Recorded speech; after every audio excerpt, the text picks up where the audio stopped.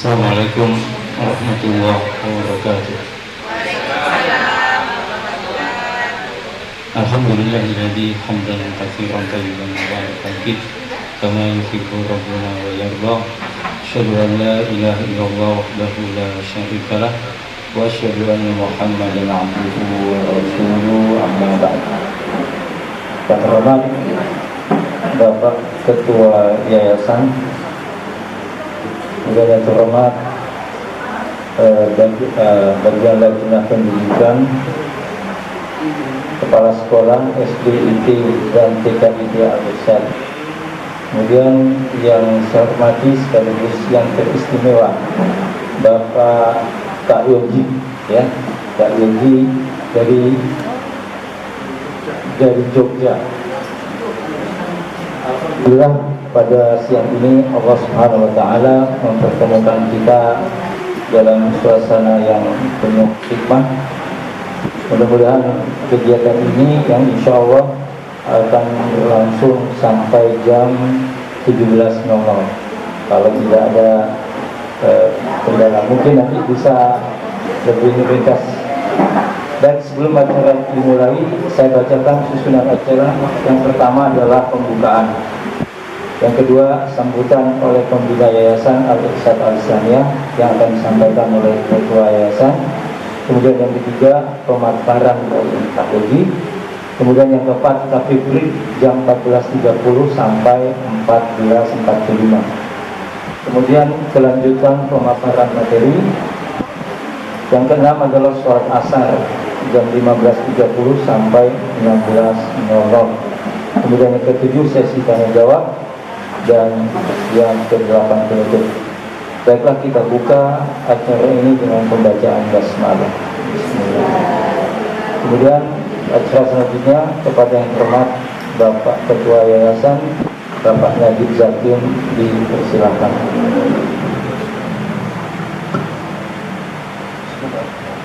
Assalamualaikum warahmatullahi wabarakatuh.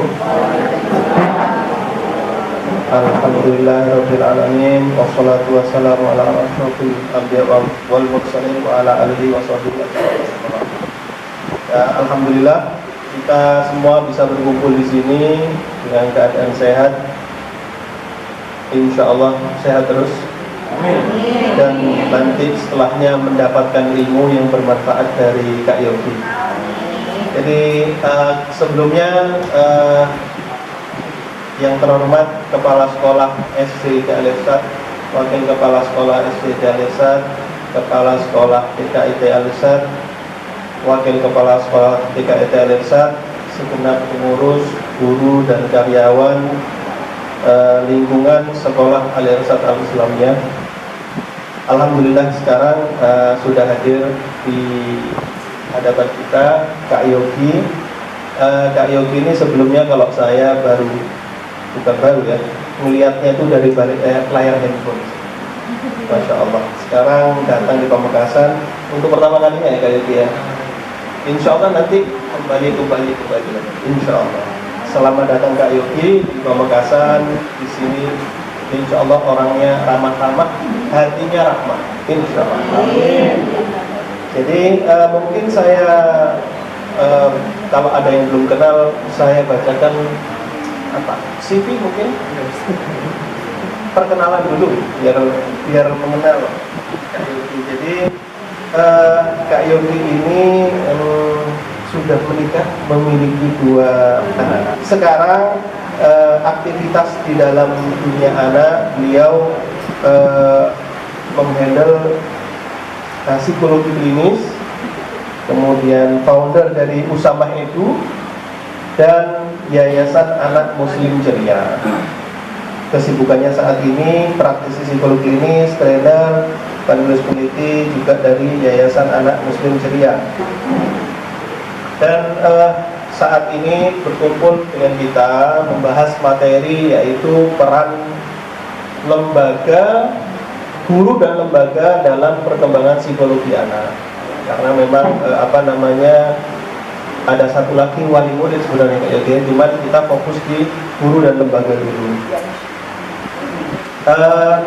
Kami mungkin saya mewakili lembaganya, bagian lembaganya gitu ya.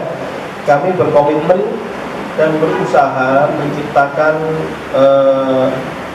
iklim atau lingkungan yang baik yang mendukung proses belajar mengajar, proses interaksi dengan siswa dengan baik. Yang kami harapkan tidak hanya mendidik leher ke atas otaknya, tapi juga hatinya. Jadi kami bercita-cita anak-anaknya ini pinter, soleh, insya Allah, kemudian punya adab yang luar biasa dan bermanfaat untuk keluarga dan masyarakat yang lebih luas. Kami sendiri selaku lembaga berusaha memfasilitasi kebutuhan-kebutuhan untuk peningkatan kualitas sekolah secara umum. Jadi antaranya mungkin sekarang ini Kak Yofi bertemu dengan Kak Yofi, alhamdulillah.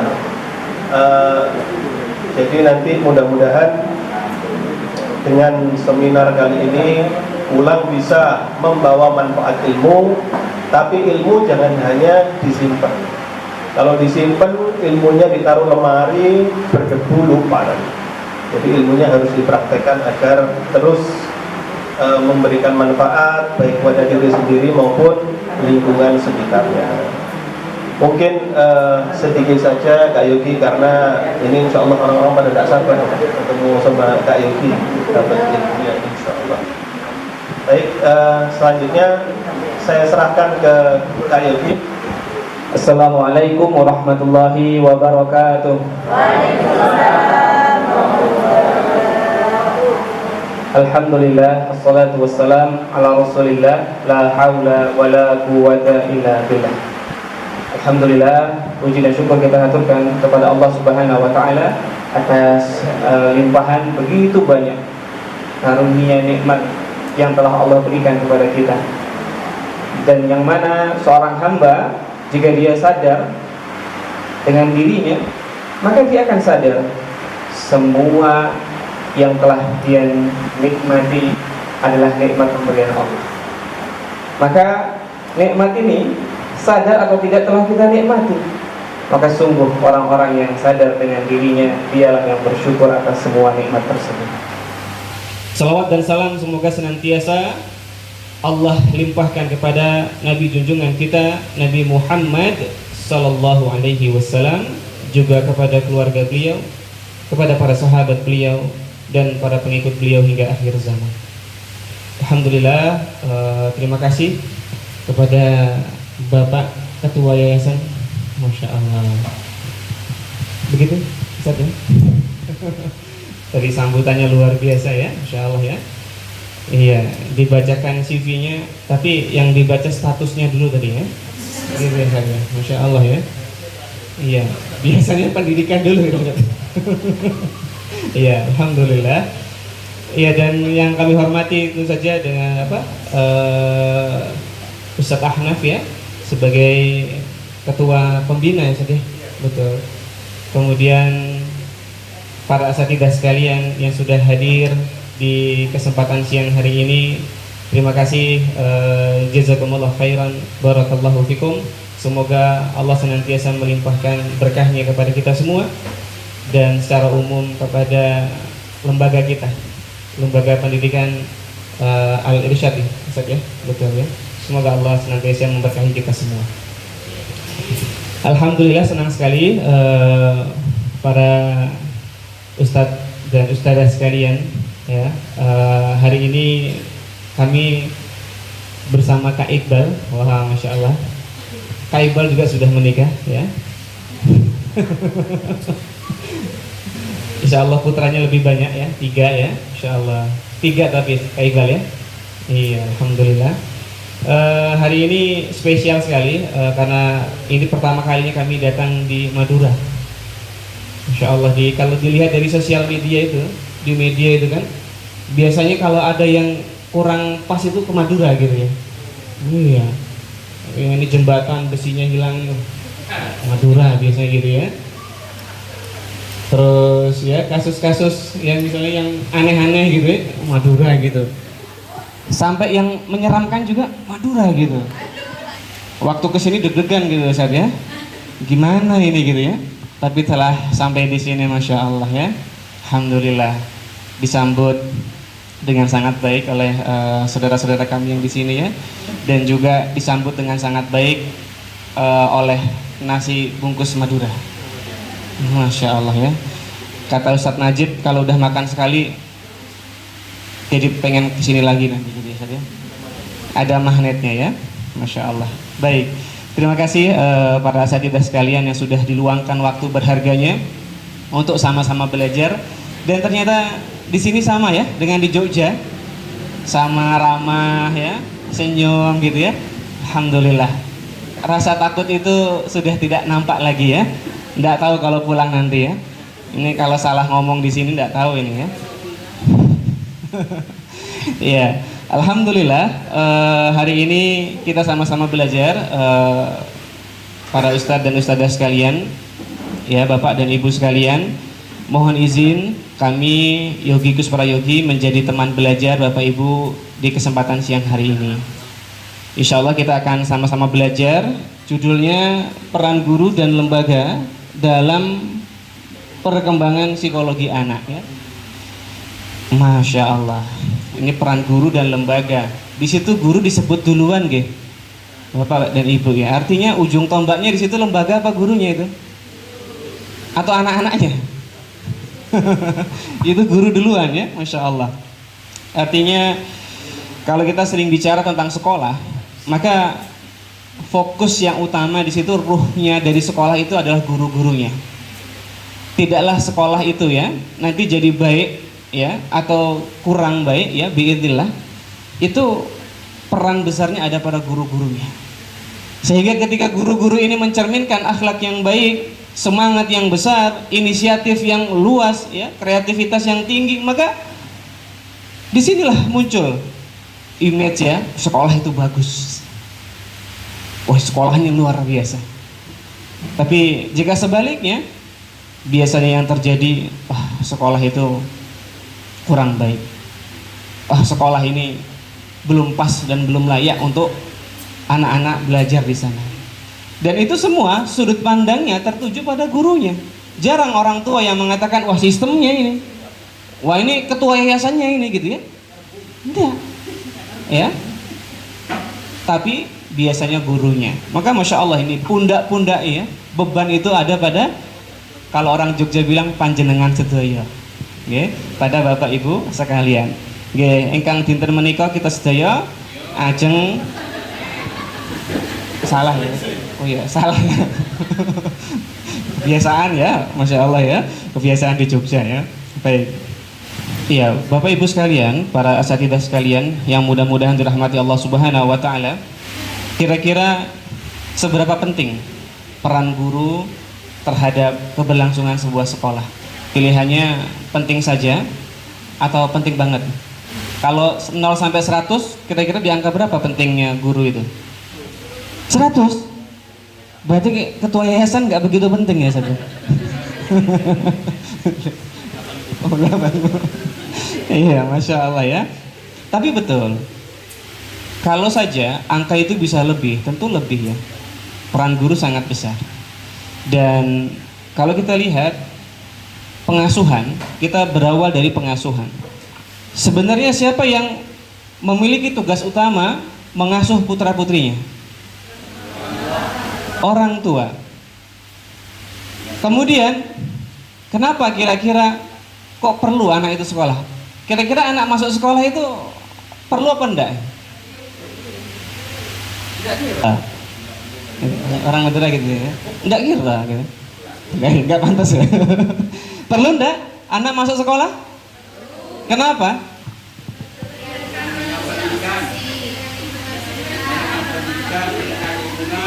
Mengenal pendidikan, mengenal lingkungan. Apa yang enggak bisa belajar di sekolah? Apa di rumah? Kok butuh ijazah ya?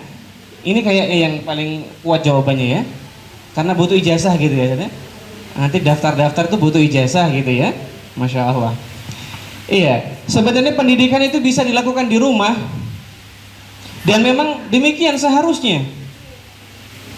Sehingga kalau ditanya siapa yang paling berkewajiban untuk mendidik anak-anak, maka jawabannya adalah bapak dan ibunya. Maka ketika ada salah kepada anak-anak, ini mudah tertuju kepada bapak dan ibunya sebagai pengasuh utamanya. Namun ternyata zaman berkembang. Ternyata bapak ibu ini, insya Allah ya, bermacam-macam. Ada yang bekerja, sehingga tidak sempat ini mendidik anak-anaknya. Ada juga yang kemudian, aduh kak, saya dulu itu kurang belajar. Jadi kalau disuruh ngajarin anak itu, apalagi pelajarannya kalkulus itu ya, matematika, wadah tidak nyanda ini. Saya agamanya kurang. Sudah saya masukkan sekolah, biar anak itu belajar nanti di sekolah. Ada guru-gurunya. Padahal yang punya tugas utama di sini adalah orang tua. Kemudian tugas itu dilimpahkan kepada gurunya, tapi sebenarnya orang tua mencari partner. Karena tadi tidak punya waktu, karena tadi kurangnya ilmu, sehingga ada sekolah yang kemudian menjadi partner orang tua untuk mendidik anak-anak. Zaman berkembang lagi, ya. Mungkin hari ini pendidik utama malah justru guru-gurunya gitu ya, dibandingkan orang tuanya di rumah. Berarti ini kan tugas dan peran guru semakin berat, betul? Ketika ada anak yang salah, siapa gurunya? Ketika anak berprestasi, hebat ini orang tuanya ya, gitu ya. Oh iya kata bapak itu. Betul ya Ustaz ya. Nah sehingga hal ini dituntut atau menuntut kita semua sebagai tenaga pendidik dan pengajar untuk senantiasa memahami peran-peran ini beriringan dengan perkembangan zaman. Kita tahu bahwa kita hidup sekarang di era berapa? Generasi berapa? Z. Kalau di generasi perkembangan generasi di berapa ini? Kira-kira di 3.0 apa 4.0 ini? Hah? 5.0? 5.0? Iya, kalau ada yang bilang 4.0 berarti masih ketinggalan zaman ya.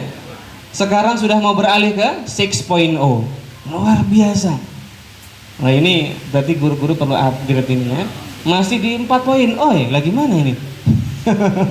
Ya.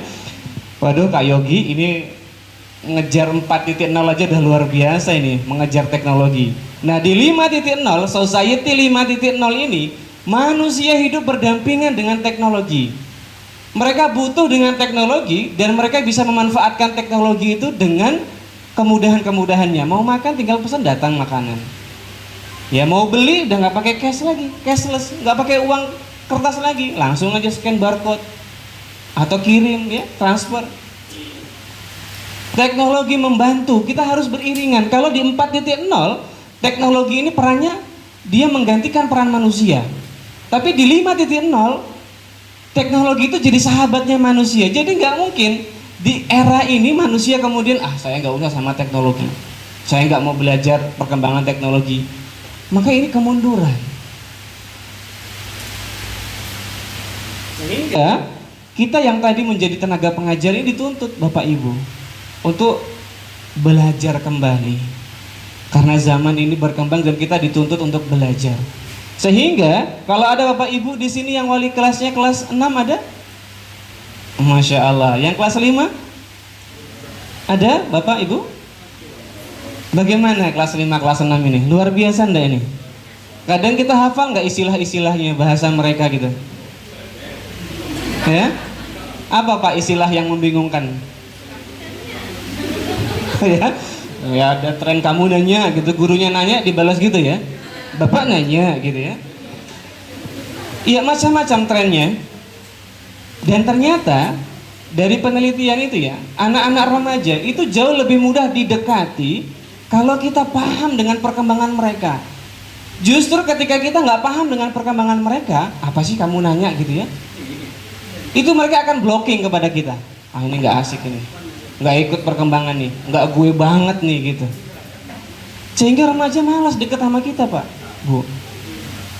Dan ini yang terjadi, sering masalah datang kepada kami gitu, Kak Yogi, saya itu wali kelas 6, kok saya itu merasa berat ya, mending saya ngajar kelas 1 Kak gitu. Kadang saya di kelas itu disepelekan gitu, saya suruh diam, nggak mau diam, malah selengean, lah apa iki gitu kan. Gimana nih Kak Yogi? Ya jawabannya tadi, kita mengikuti nggak passion mereka, perkembangan teknologi sekarang gimana. Bukan berarti kita harus ikut terus perkembangan TikTok, YouTube, tidak. Tapi setidaknya kita tahu apa sih sekarang yang sedang digandrungi remaja. Kan siswa kita ini kan umum ya, betul ya Bapak Ibu ya, umum sekali. Bukan yang dari kalangan misalnya, ini orang tuanya agamanya kuat banget gitu.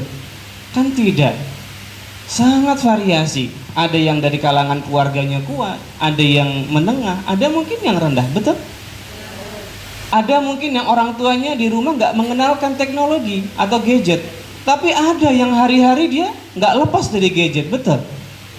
Ada yang nggak main game, ada yang kecanduan game, luar biasa. Ya ini menunjukkan bahwa kita berusaha untuk memahami perkembangan mereka. Nah maka seorang guru ternyata tidak hanya dituntut dari sisi penguasaan ilmu pelajaran yang akan dia ajarkan kepada siswa, tapi kemampuan mereka dalam mendidik ini sesungguhnya yang dinanti-nantikan oleh siswa didik kita. Nah nanti kita akan lihat, Bapak Ibu yang mudah-mudahan dirahmati Allah Subhanahu wa taala. Kalau kita lihat dalam perkembangan anak-anak kita, maka kita akan lagi bahas perkembangan psikologi anak-anak. Maka sudah sepantasnya seorang guru ini ketika menghadapi anak-anak, dan ini adalah objek yang akan dia hadapi terus-menerus, ya. Maka pertanyaannya sekarang Bapak Ibu, apakah menikmati sampai hari ini, apakah menikmati proses belajar dan mengajar itu? Soalnya ada yang sudah bertahun-tahun dia ngajar, tapi dia bilang, saya nggak menikmati Kak. Sehingga hari-hari yang dia lalui tertekan.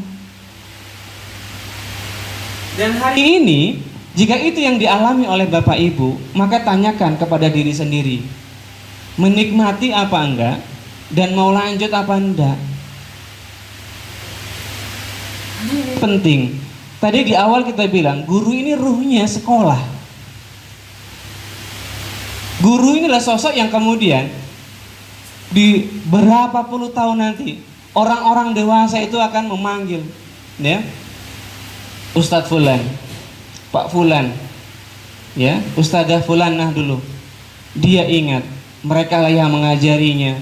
Bahkan mungkin Al-Fatihah yang sekarang lancar itu diajari oleh beliau. Yang ini amal jariah tentunya dari para guru-guru. Sehingga itu menjadi ruh. Makanya ada yang nanti jadi dokter, ada jadi psikolog, ada yang jadi ustadz. Ya nggak lepas ini dari peran Bapak Ibu. Biidznillah, perantaranya adalah Bapak Ibu sekalian. Yang jadi masalah kalau hari ini kita sudah nggak semangat, sudah nggak menikmati proses mengajar, maka di mana letak niat itu nantinya? Apakah nanti apa yang kita ajarkan ini menjadi pahala jariah, atau justru menguap begitu saja ke angkasa? Maka kami berharap Bapak Ibu bertanya ke dalam hatinya, bercermin dan berkaca, apakah menikmati peran menjadi guru, mengajar dan sebagainya, dan niat itu di mana? Apakah ini dilakukan karena Allah atau tidak? Ya, karena sebagaimana hadis yang sangat masyhur ya, yang kita kenal, innamal a'malu binniyat wa innama likulli imri'in ma nawa. Jadi mari kita berangkat dari situ, memperbaiki niat-niat kita. Karena dalam perkembangan psikologi, jika seseorang sudah tidak nyaman, ya, niatnya, nah psikologi nggak bilang niat. Di psikologi nggak ada istilah niat, tapi adanya motivasi. Dia needs namanya, kebutuhan. Kebutuhan ini kemudian berkembang jadi motivasi, ya. Sehingga apa yang menjadi motivasi dia ini akan menggerakkan dan bahkan akan membentuk kepribadiannya. Maka jika hari ini niat kita sudah nggak tahu kemana, maka jangan harap kita bisa menjadi guru teladan yang baik. Karena perilaku kita ditentukan niat kita. Itulah kenapa dalam Islam niat itu sangat penting. Ini membedakan antara aktivitas sehari-hari dengan ibadah. Mandi itu aktivitas sehari-hari biasa, tapi kalau ada niat di sana, jadi ibadah ini mandinya. Maka pada asatidzah sekalian, kami bukan ingin menggurui, tapi ingin mengingatkan kepada diri kami sendiri, dan mudah-mudahan bisa saling mengingatkan dalam kebaikan bahwasanya niat kita ini penting sekali. Bahkan perlu kita terus memantau dan mengawasinya setiap saat, jangan sampai ini bergeser, karena akan berpengaruh kepada kepribadian kita. Di psikologi itu banyak sekali teori kepribadian. Dari semua teori kepribadian itu, ya, paling banyak itu ya di psikoanalisa itu, mazhab psikoanalisa itu semuanya banyak didasari niat apa? Motivasi. Istilahnya needs. Ada hierarki needs-nya Abraham Maslow, ya, ada needs-nya Murray, ada McClellan, banyak sekali. Nah, maka di antara kita bagaimana mengatur niat untuk menjadi motivasi ini akan membentuk karakter kita sebagai pengajar. Mari kita perbaharui lagi. Maka mari kita tata kembali hati kita, karena sungguh mendidik adalah suatu kegiatan yang mulia, amalan yang mulia, yang kemudian mudah-mudahan dengan apa yang kita lakukan ini itu menjadi penolong kita di hadapan Allah. Ketika ditanya untuk apa ilmu yang kita miliki, maka kita bisa jawab di hadapan Allah. Untuk apa usia yang kita gunakan, kita bisa jawab di hadapan Allah. Maka mari sama-sama kita memperbaiki niat kita. Nah, kalau sudah niat diperbaiki, di sini kita membangun kembali motivasi. Kira-kira sebagai pengajar, apa yang akan kita lakukan kepada sekolah, kepada anak-anak? Kita berangkat dari perkembangan mental. Selain menata niat tadi, kita perlu keterampilan dan kemampuan. Kenapa seorang guru ini menjadi sangat menikmati pekerjaannya? Di hadapan siswanya dia percaya diri. Bahkan hari-hari itu dia dedikasikan untuk memberikan pengajaran. Kira-kira apa? Motivasinya apa biasanya, Ustaz? Karena adanya amalan yang tidak terputus, Ustaz, ya. Insya Allah, Masya Allah, betul, Ustaz. Apa yang membuat kita semua semangat dalam mengajar, percaya diri? Karena senang dan menikmati pekerjaannya. Apalagi? Senang, menikmati, apalagi? Iya, Maisha tadi ada gajinya, ya, betul, ya. Masya Allah, ya. Ya kalau ndak ada ya gimana, Kak Yogi, gitu ya. Ya boleh. Berarti harusnya semakin tinggi pendapatannya, harusnya semakin semangat, betul. Tapi pernah kami datang ke sekolah, pendapatannya besar, nggak semangat itu? Gimana itu? Tukeran aja berarti ya? Ya betul. Apalagi? Hobi, passion kita memang mengajar. Apalagi Bapak Ibu? Bisa? Mengamalkan. Ketika ditanya oleh Allah untuk apa ilmu kita, wah kita bisa jawab, Masya Allah, betul. Apalagi Bapak Ibu?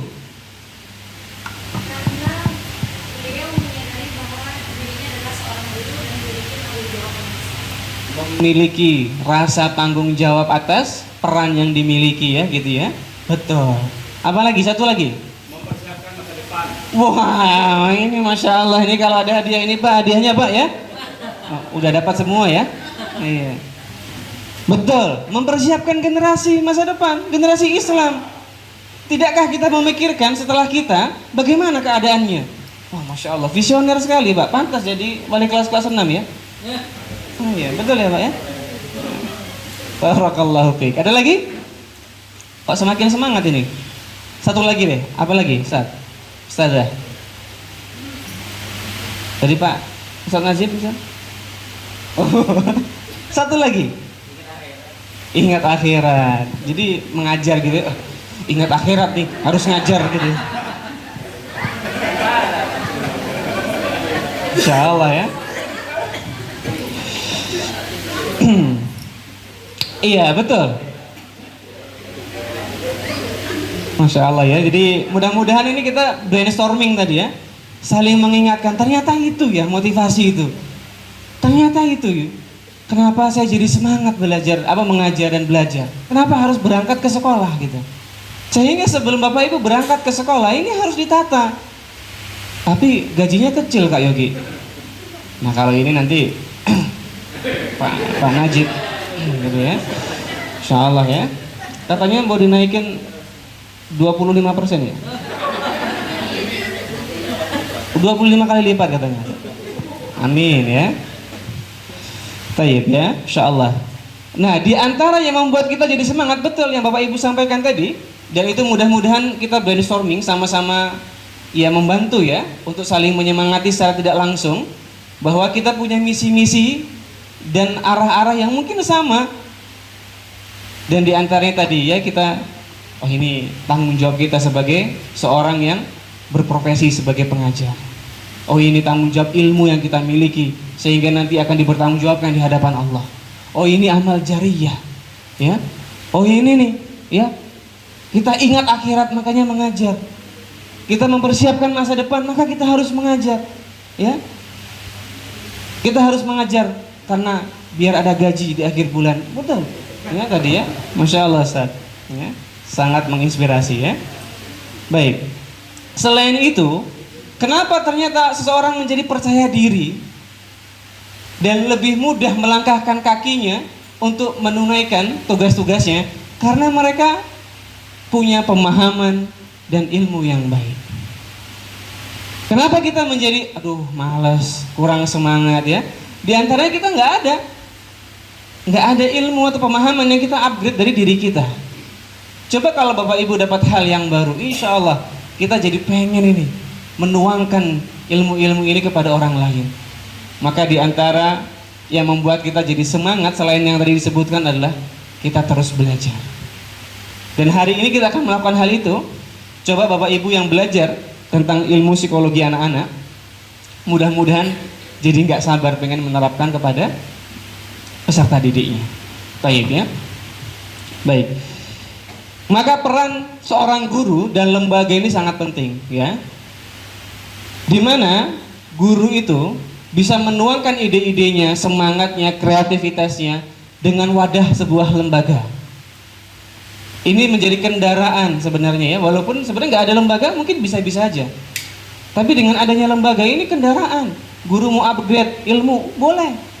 Guru mau upgrade ini boleh. Jadi guru biar lebih semangat. Adanya lembaga begitu. Dan fungsi kontrol ya tadi untuk memperbaharui niat kita terus mungkin ya. Biar ingat peran kita apa motivasi kita.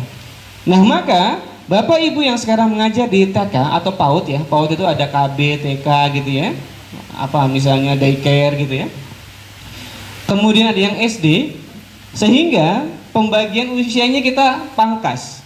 Yang awalnya 0 sampai 18 bulan, 18 bulan sampai dengan 3 tahun, itu ada 2 tahap, hilang ya. Iya. Maka kita langsung lompat 2 tahapannya itu, langsung ke tahapan usia 3 sampai dengan 6 tahun. Ini berarti usia anak-anak PAUD ya. Masya Allah ya. Mungkin nanti bagi Bapak Ibu guru yang mengajar PAUD bisa sharing di sini. Kemudian di tahapan setelah itu 6 sampai 12 tahun ini tahapan usia SD. Nah, anak-anak yang kita temui tentu Bapak Ibu lebih tahu, Bapak Ibu praktisi ya, Masya Allah. Mereka itu punya tahapan usia. Dan tahapan usia ini menjadi dasar dan landasan kita untuk mendidik mereka. Ketika kita mengajarkan, nak, kamu harus sholat untuk anak umur 4 tahun. Apakah sama dengan mengajarkan anak umur 7 tahun? Apakah sama dengan anak yang umur 12 tahun? Kenapa?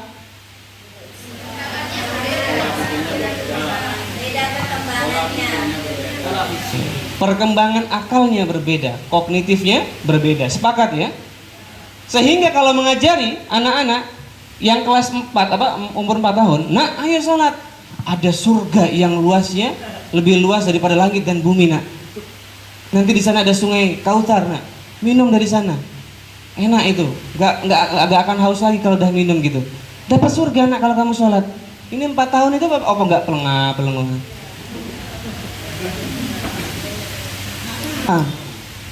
Dia nggak paham betul. Karena tahapannya di usia ini mereka itu praoperasional akalnya. Ya, kemudian praoperasional itu disebut dengan egosentris. Dia hanya melihat dunia itu ke dirinya, lingkungan itu ke dirinya, sehingga yang berhak untuk diperhatikan ya dirinya, dipenuhi kebutuhannya dirinya. Maka di usia ini 3-6 tahun, ketika mengajarkan tentang konsep lingkungan, ini tugasnya para bapak ibu guru. Jadi bukan berarti yang egosentris, praoperasional tadi, oh ya udah, namanya juga anak-anak, nggak paham ya nggak apa-apa gitu ya. Sama temennya suka nakal ya nggak apa-apa ya, bertengkar ya nggak apa-apa gitu ya. Namanya anak-anak, nanti kalau besar ya tobat sendiri gitu ya. Betul begitu konsepnya? Ya adanya maling sekarang gitu ya, perampok sekarang, ya waktu kecil ini dibiarin begitu. Ya kalau dididik ya tidak ada maling ya Ustaz ya. Insya Allah tidak ada. Ya karena tidak dididik itu. Ya. Sehingga di usia ini ketika mengajarkan anak-anak sholat, ketika nanti habis sholat, nak, itu ada pahala. Boleh kasih tahu pahala. Bagus. Nanti ada surga buat kamu, nak. Boleh. Dan nanti ada es krim buat kamu. Wah ini masuk ke mereka. Yeay, es krim gitu. Iya, karena anak-anak butuh konkret nanti dia, butuh jelas apa rewardnya. Sampai kapan mereka pemahamannya konkret? Sampai usia 10 tahun biasanya konkretnya loh ya. Tapi kalau egosentrisnya sampai 6 tahun aja. Sehingga di usia ini ketika mengajarkan tentang kebaikan, ya tentang adab dan akhlak, itu iringi dengan motivasi. Dan di sekolah kami rasa sudah begitu. Nah maka ayah dan bunda yang ingin kami sampaikan di sini, bapak ibu sekalian, di next set. Di usia ini 2 sampai dengan 6 tahun, target pembelajaran kita itu dia bukan pandai rumus ini ya, Pitagoras gitu ya, bukan, atau penjumlahan perkalian matematika, bukan. Tapi di usia 2 sampai 6 tahun, apa yang kita berikan kepada anak-anak itu adalah bagaimana mereka itu tidak egois. Karena usianya egosentris. Bapak ibu yang punya anak di usia ini Pak, bisa dipraktekkan di rumah. Karena di usia ini egois dia, maunya dipenuhi kemauannya. Dia gak bisa melihat orang lain itu bagaimana, orang lain juga perlu diperhatikan, gak bisa. Sehingga yang perlu kita ajarkan kepada mereka itu perhatian, dan ini peran PAUD. Karena PAUD itu menghimpun anak-anak yang banyak.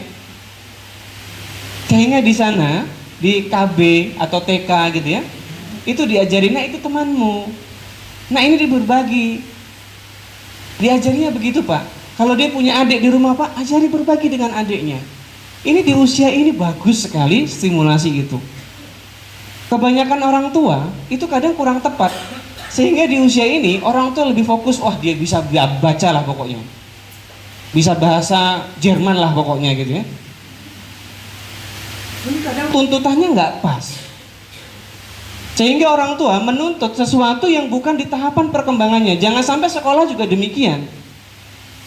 Kalau di sini gimana Bu? Disuruh baca bisa, harus lulus sekolah dengan bisa baca gitu. TK-nya.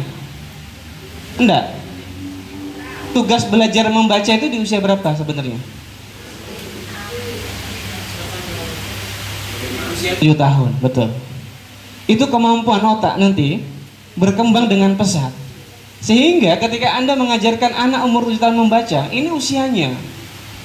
Mereka pemahaman tentang simbol dan sebagainya itu di usia sebelumnya. Nanti kemudian mengkaitkan satu hal dengan yang lainnya lebih cepat di usia 7 tahun ke atas. Sehingga kalau ada anak nih, umurnya 6 tahun, itu belum bisa baca, 7 tahun belum bisa baca, ini jangan sampai kita stres. Ya, para bapak ibu guru kelas 1 pernah mendapati anak 7 tahun belum bisa baca? Stres enggak? stres kak gitu ya, enggak apa-apa janjiannya ya. Nah sehingga kalau kita mengalami itu ya, seharusnya kita lebih cooling down, santai, karena usianya ini membaca. Dan kita berikan catatan kepada orang tua ya, untuk mereka mau mensimulasi di rumah, karena tadi tugas utama mendidik itu tugasnya orang tua. Besok Kak Yogi bilang itu ke orang tua, tenang aja Bapak Ibu ya. Ya, jadi biar satu visi ya. Baik. Sehingga di usia ini tugasnya adalah pertama, karena kita sekolah PAUD, sehingga di sini Bapak Ibu fokusnya adalah bagaimana mereka bertemu dengan lingkungan sosial pertama mereka. Tuntutannya bukan mereka bisa berhitung, bukan mereka bisa hafal hijaiyah, bukan mereka bisa hafal alfabet, bukan. Bahkan menghafal Al-Quran itu bagus, tapi jangan sampai menuntut berlebihan di usia ini.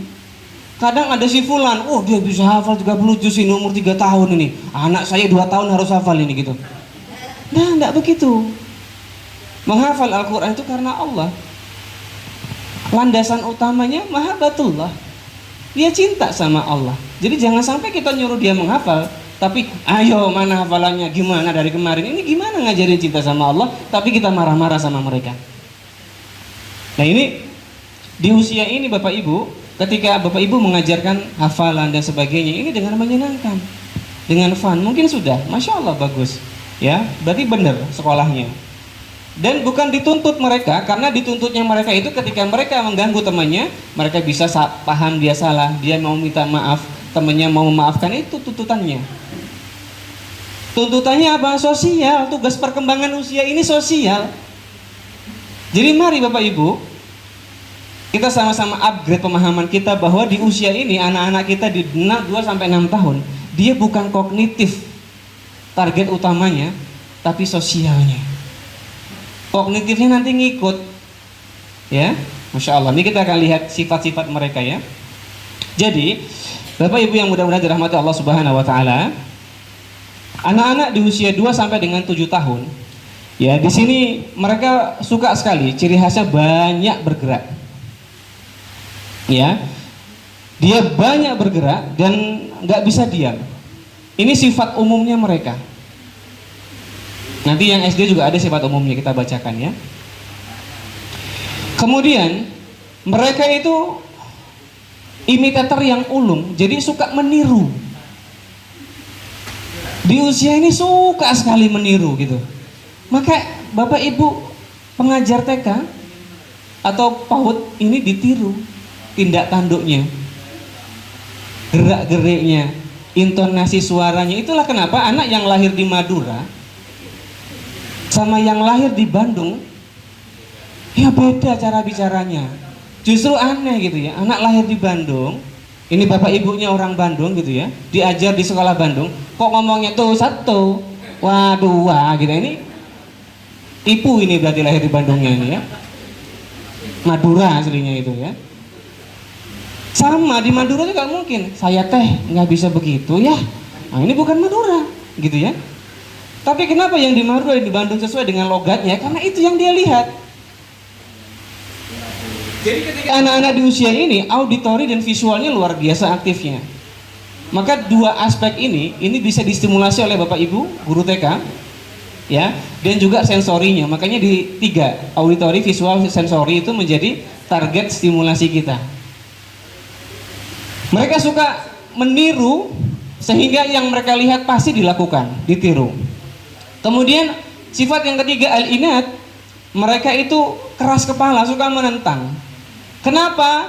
Karena di usia 3 sampai dengan 6 tahun, kalau di usia 18 bulan sampai dengan 3 tahun, mereka itu banyak mengeksplor dirinya. Wah, saya bisa manjat, saya bisa lari, oh, saya bisa melakukan banyak hal. Itu mengeksplor dirinya. Makanya anak-anak suka lari-lari, ya, suka manjat. Itu sedang mengeksplor dirinya sebenarnya. Dia mampu.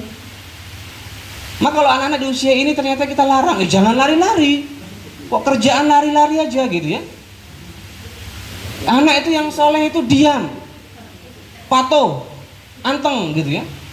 Wah, diam, patuh, anteng gitu ya. Wah, diam, patuh, anteng. Biasanya ini nanti kalau anaknya SMP itu ke psikolog orang tuanya. Kak Yogi, anak saya kok diam aja ya? Gitu nanti. Lah ibu dulu didiknya gimana waktu kecil? Tak suruh diam gitu. Ya iya, pantesan gitu ya. Jadi anak-anak nggak bisa disuruh diam di usia ini. Yang bisa ya strateginya kita ajari mereka perlahan. Dia butuh lari, kita kasih lapangan dia untuk lari. Kasih kesempatan mereka untuk lari. Ayo lari, kejar Abi, kejar Umi, ayo gitu. Manjat, ayo manjat, nak manjat. Ada Abi nih, ayo terus yang tinggi gitu ya. Itu. Tapi kalau Uminya, turun nak, turun gitu. Kebalikannya biasanya gitu ya. Ya kan? Bapak itu kan gitu ya. Kalau anaknya digendong suka dilempar-lempar gitu. Wah, anakku gitu ya. Iya. Kalau ibu tuh nggak bisa gitu. Coba ada ibu yang kayak gitu dilempar-lempar anaknya. Ada, Pak. Jadi tugas ibu itu ternyata protektif. Bapak itu lebih memacu kepada kemampuan maksimal anaknya. Dua peran ini penting sekali. Insyaallah ya. Nah, kembali lagi ke sini. Anak-anak di usia ini, Pak, biarkan dia 0 sampai 18 bulan sampai 3 tahun itu biarkan mereka explore. Baru diajarin. Kalau di rumah orang enggak boleh lari ya, Nak ya. Enggak boleh manjat meja, itu bisa. Jadi bukan berarti mereka enggak boleh lari sama sekali di rumah itu ya. Justru harus distimulasi itu. Bahaya kalau kita enggak simulasi. Memori kita ada short term memory, ada long term memory. Jangka pendek dan jangka panjang. Kemampuan lari, manjat di masa kecil itu masuk ke memori jangka panjang mereka. Ini yang bikin anak-anak kita pede di masa dewasa loh. Hati-hati itu, jangan sampai kita ya makanya di sekolah nggak apa-apa. Ada justru kurikulum anak-anak itu lari, manjat itu ada harusnya di TK itu. Ada kan nggih? Ada, bagus berarti TK-nya. Wah, masya Allah ini ya. Kemudian di usia tadi ya, di usia 2 sampai 3 sampai 6 tahun mereka mengeksplor lingkungan. Maka banyak menentang mereka kalau dilarang. Mereka menentang, sehingga tugas kita adalah memastikan dan membantu mereka menguji rasa penasarannya. Dikasih tahu tuh menentang biasanya. Ada teh gitu kan, dicampur sama kecap, diaduk gitu kan. Itu kalau dikasih tahu pasti ngeyel itu. Biasanya respon orang tua kalau lihat anaknya begini gimana, Pak? Bu? Loh, piye kok? Gimana itu? Itu kan nak teh itu mubadzir itu nak. Innal mubadzirina kanu ikhwana syayatin. Oh, langsung keluar dalilnya kan gitu kan. Nah, maka hal yang seperti ini tidak perlu. Ini anak umur 4 tahun, tidak perlu dikasih dalil. Ya, untuk masalah begini maksudnya ya, tidak perlu. Ketika anak mencampur tuh, masya Allah nak, kamu mencampur ya, hebat ya rupanya ya. Anak Abi ini kreatif ini. Ini apa namanya? Ini minuman Bi, enak ini Bi gitu. Oh, coba diminum enak ini. Abi mau, tapi kamu duluan yang minum gitu ya. Minum sama dia. Nggak enak Bi gitu kan? Nah, berarti nggak enak. Kalau gitu tehnya kita campur pakai susu gimana? Diajarin malahan. Jadi nyampur yang bener bukan sama kecap tapi sama susu, sama yang lain gitu. Ya. Jadi begitu Pak, Ibu ya. Jadi mereka penasaran, pasti banyak menentang. Nah, di sini perlu kebijakan. Kalau dia kita banyak larang, dimarahin, loh, teh kok dicampur sama kecap? Mubazir itu, nggak boleh. Yang berkembang adalah rasa bersalahnya. Ayo belajar ini, main volley, nggak mau. Gambar, nggak mau. Gitu, nggak banyak minatnya. Kenapa? Karena di usia ini sudah langsung dibatasi kemampuan inisiatifnya mereka. Sehingga justru tugas sekolah itu mengembangkan sebanyak-banyaknya inisiatif mereka. Makanya ini banyak ya, warna-warna. Ayo nak, bisa apa? Coba ayo, kamu bikin apa itu? Tuh, kan kok nggak sama kayak ibu guru? Nggak apa-apa Bu, nggak sama itu. Ayo mau bikin apa kalau nggak sama itu gitu loh. Diapresiasi. Ini tahapan usia kreativitas mereka. Jadi kalau ditanya apa yang perlu diajarkan untuk anak-anak kecil itu Bu? Yang pertama, mereka diajari eksplor lingkungannya, menjelajah lingkungannya. Sehingga sekolah itu kan bagusnya 30 atau 45 menit break. Keluar mereka. Dan bagusnya dipandu keluarnya. Bagusnya didampingi main apa. Kenapa? Karena mereka belum paham nanti, takutnya bahaya dan tidak. Lingkungannya dengan teman-temannya menyakiti atau tidak. Maka perlu diawasi dan dipandu. Nah, ini sebenarnya yang perlu kita kembangkan. Di dalam lagi 45 menit atau 30 menit hafalan, nanti break keluar lagi. Atau break bikin sesuatu boleh. Jadi fokus anak-anak kira-kira berapa lama Bu? Usia 2 sampai 6 tahun? 15 sampai 5 menit sudah bagus. Saya setuju dengan yang 5 menit sudah bagus. Apalagi kalau anaknya aktif sekali. Apalagi yang hiperaktif. Apalagi yang ADHD gitu kan. Nggak ada nanti ADHD ya. Sehingga yang perlu kita siapkan di usia ini tadi, guru untuk anak-anak usia ini adalah banyak kembali belajar tentang jenis-jenis sosial yang dibutuhkan di usia itu. Contohnya dia butuh berteman, dia butuh cara berkenalan, dia butuh kerjasama sama temennya. Makanya kalau bikin kelompok dua-dua dulu, baru ketiga, baru keempat kelompok 4 orang gitu ya. 2 bikin kelompok satu-satu, baru isinya 3 orang, setelahnya besoknya. Jadi bertahap. Sehingga tugas kita di usia ini adalah yang pertama membuat mereka nyaman eksplor lingkungannya. Yang kedua nyaman dalam membangun pertemanannya. Jadi untuk masalah membaca, berhitung itu justru selingannya. Nggak kebalik ya. Kadang sekolah-sekolah kebalik. Oh, yang penting itu belajar huruf-hurufnya. Yang penting itu hafalan-hafalannya. Mainnya selingannya, loh enggak. Justru mainnya itu yang jadi kurikulum harusnya di usia ini.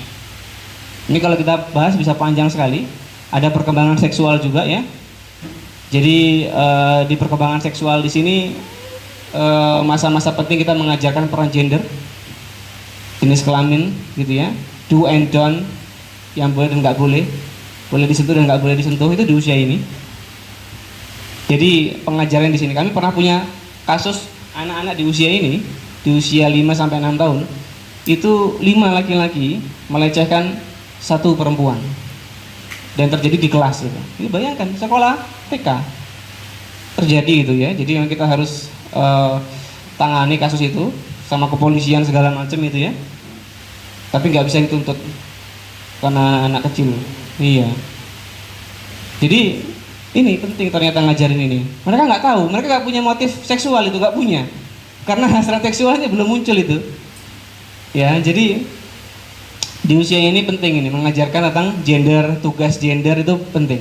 Kemudian perkembangan moralnya ya. Di sini kita bisa mengajarkan yang namanya reward and punishment-nya. Biar nanti ketika di SD mereka jauh lebih tertib Bapak Ibu ya. Perkembangan moral di usia ini anak-anak lebih melihat bagaimana respon lingkungan terhadap perilakunya. Jika guru tidak konsisten dalam memberikan respon kepada siswanya, termasuk yang SD juga, ini akan membuat moral anak-anak kita jadi downgrade. Kalau moralnya downgrade, ini emosinya berantakan. Maka ada sebuah penelitian, seorang ibu yang mendidik anaknya, ya, dia pengen disiplin anaknya. Tapi ibu ini pakai dengan cara keras, gitu ya. Dengan cara yang keras, mendidik anaknya, tapi tidak konsisten. Hari ini anaknya misalnya main game berlebihan, itu ibunya ngomel, marah, dihukum. Besok ibunya melakukan hal yang sama, tapi anaknya melakukan hal yang sama, tapi ibunya biasa. Tidak konsisten ini. Akhirnya apa? Anak-anaknya itu emosinya berantakan, susah sekali dikontrol, ya, dan nggak disiplin. Sehingga di usia ini belajar kedisiplinan. Sehingga kalau ada yang bilang yang 7 tahun pertama seperti raja, 7 tahun kedua itu seperti tawanan, 7 tahun yang ketiga seperti sahabat. Betul apa enggak itu? Betul enggak itu? Loh kok takut? Betul enggak Ustaz? Betul. Yang benar itu bukan jadi seperti raja. Tapi yang benar itu adalah bermainlah dengan anakmu di 7 tahun pertama, didiklah ia di 7 tahun yang berikutnya, dan bersahabatlah dengan dia di 7 tahun yang ketiga. Ini diambil dari kitab Kaifatu Rabbi Abna'aka. Yang benar itu bukan jadi raja. Kalau jadi raja itu anak salah dibiarkan. Ustazah? Betul. Dia salah dibiarkan, itu raja itu. Maunya apa dituruti, betul. Ini tidak bisa. Itulah kenapa Nabi SAW ketika melihat seorang anak kecil, Umar bin Abi Salamah, maka Nabi bilang, dia makan berantakan nih, ya. Umar bin Abi Salamah itu berantakan dia makan. Nabi langsung menegurnya, ya gulam, wahai nak, gitu ya. Ketika kamu makan itu ya, maka bacalah Bismillah, samillah, bacalah Bismillah. Kul biyaminika, makan tuh pakai tangan kanan nak. Kul mimma yalik, dari yang paling dekat itu makan itu. Nabi melihat anak kecil salah, itu tidak dibiarkan, tapi Nabi didik dia dengan adab makan. Yang ketika Umar bin Abi Salamah besar itu dia ingat betul itu adab makan ini. Sehingga di 7 tahun pertama anak tidak diperlakukan seperti raja. Begitupun kita di sekolah, kita bilang kepada orang tua bahwa nanti kita akan mendidik mereka dengan kedisiplinan, adab. Dan guru harus konsisten di sini. Karena kunci mendidik kedisiplinan adalah konsisten. Ketika ada yang bertanya kepada para guru kami, ya, Ustaz, apa pendidikan pertama kepada anak? Maka jawabannya adab. Adab kepada Allah dan adab kepada makhluk. Maka ajarkan itu tauhid dan adab sehari-hari. Nah, ini adalah perkembangan moral. Kalau dalam teori psikoanalisa, psikologi ya, moral manusia itu dibentuk pertama kali di usia ini 2-6 tahun, yang kemudian menjadi dasar moral perkembangan mereka di usia berikutnya. Sehingga di usia ini kalau nggak ada penanaman nilai moral, itu anak jadi impulsif, nggak bisa mengendalikan dorongannya, suka tantrum, masih egois, egosentris. Ya, ada kan 10 tahun kalau ke supermarket, ke mall masih golong-golong gitu kan, minta sesuatu nggak dikasih, guling-guling gitu ya. Ada kan ya? Ada. Kayak tantrum dia. Nggak benar ini di tahapan ini. Di sini ada Bu, anak TK yang kalau mau sesuatu nangis itu banyak ya. Nah, itu berarti masanya ini Bu. Biasanya diapakan kalau anak itu nangis minta sesuatu? Diturutin. Waduh. Disuruh pulang. Masa disuruh pulang Bu? Ya? Diapakan biasanya? Ditenangkan. Ketika anak tantrum, ini Bapak Ibu yang punya anak tantrum juga ya. Lalu Bapak Ibu bilang, "Nak, diam nak. Nak, jangan kamu menangis nak. Menangis itu perbuatan yang tidak baik." Ini seperti ada api, Bapak Ibu siram pakai bensin itu. Nangisnya bukan berhenti, tambah besar itu.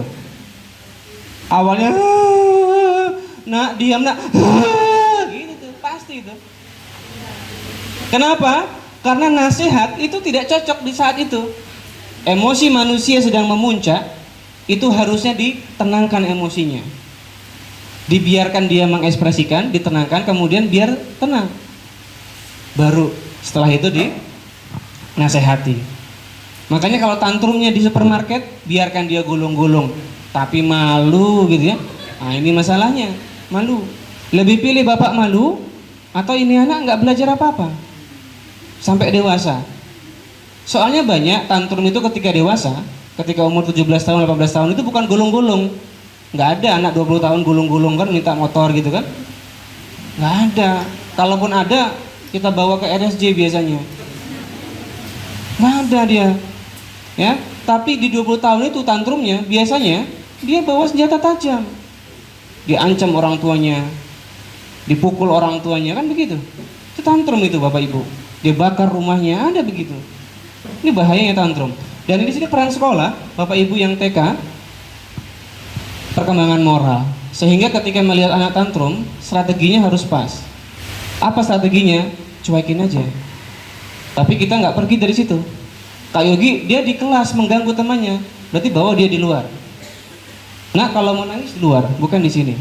Di luar, nanti ada shadow teacher yang nemenin dia nangis. Karena kalau di kelas pasti ganggu temannya.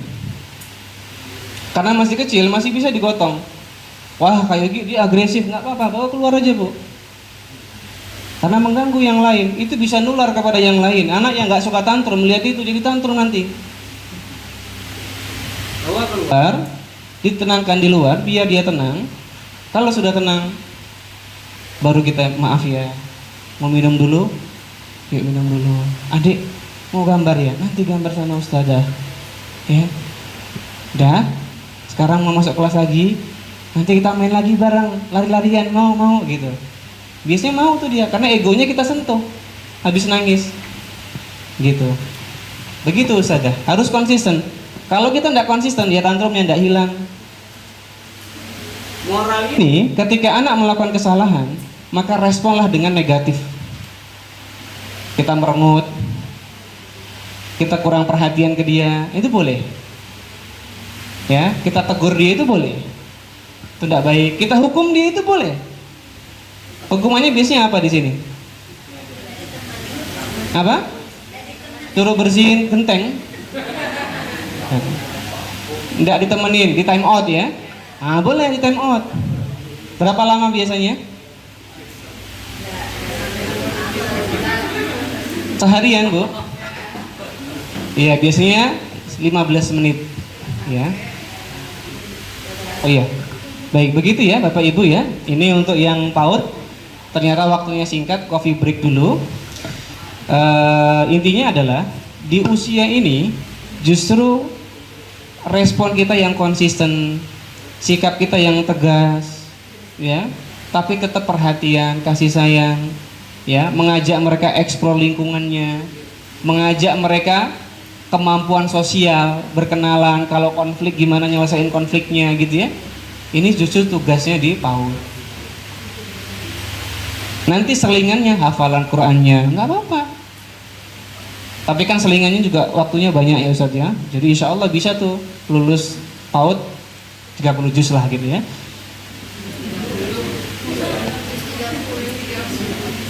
Tiga 30 juz kan langsung kan? Oh juz 30 kayaknya. Ingatnya 30-nya soalnya. Ya bisa itu insya Allah ya. Nah kemudian materi-materi yang lainnya ketika mereka itu kebutuhan utamanya dipenuhi. Nah jadi ini untuk karakter ya, rangkuman karakter anak-anak 3-6 tahun. Yang pertama aktif ya, banyak melakukan gerakan-gerakan. Jadi ini harus difasilitasi Bapak Ibu. Yang kedua melakukan eksplorasi diri, bagian tubuh dan penasaran, sehingga mereka ke lawan jenis akan banyak pegang-pegang itu. Dan ini harus dicegah, harus diedukasi lebih awal, kemudian diawasi, kemudian banyak bertanya. Anak-anak usia ini banyak bertanya, sehingga jadi guru di usia ini juga harus banyak meluangkan waktu untuk menjawab. Jadi jangan diabaikan ketika mereka banyak bertanya. Justru ketika mereka banyak bertanya, mereka akan memunculkan yang namanya trust, rasa percaya. Kalau kita punya anak di rumah juga sama. Jangan malah dibilang, "Wes toh, dari tadi tanya terus gitu." Nggak boleh.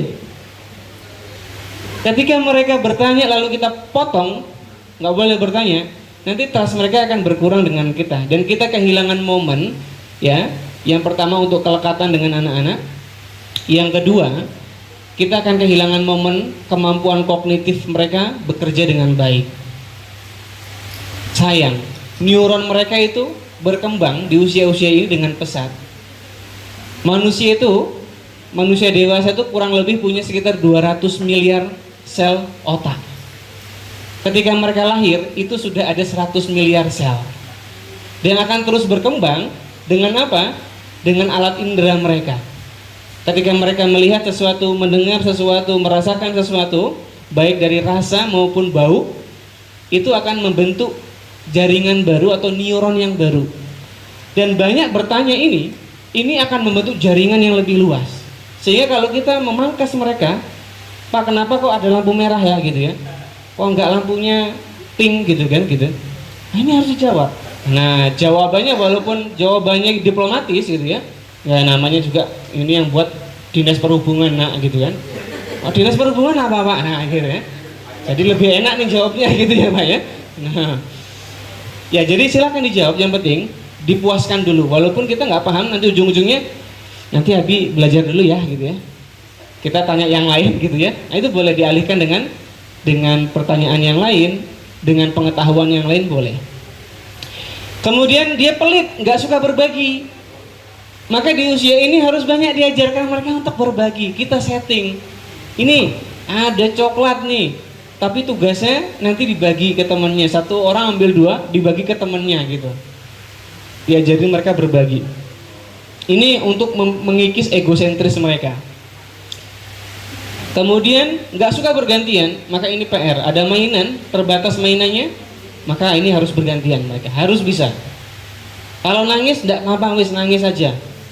Tapi nanti yang penting bergantian, gitu ya. Jangan karena nangis dia dimenangkan, nggak boleh. Ya. Kemudian sulit menunggu dan mengantri. Ini harus diajari menunggu dia. Mau itu sabar ya. Misalnya kita punya anak di rumah juga sama. Mau mainan ini, sabar ya. 3 hari lagi. Sabar ya. 1 pekan lagi. Boleh begitu. Ajari dia nunggu. Jangan semua dia dapat langsung ya. Karena ini latihan egosentris. Cenderung suka menentang sudah, masa bermain dan eksplorasi lingkungan iya. Jadi ini target, justru ini target pendidikan kita, bermain dan eksplorasi lingkungan. Belum bisa tanggung jawab, berarti diajarkan tanggung jawab terhadap barangnya sendiri. Ini anak-anak yang SD suka lupa penggaris, suka lupa pensil. Nah ini poin pentingnya di usia TK ini. Biar ketika SD nggak gampang lupa itu. Lebih teliti. Kemudian berkembangnya emosi marah. Lah ini tadi tantrum tadi. Tantrum di usia anak-anak PAUD itu tadi cara mengatasinya.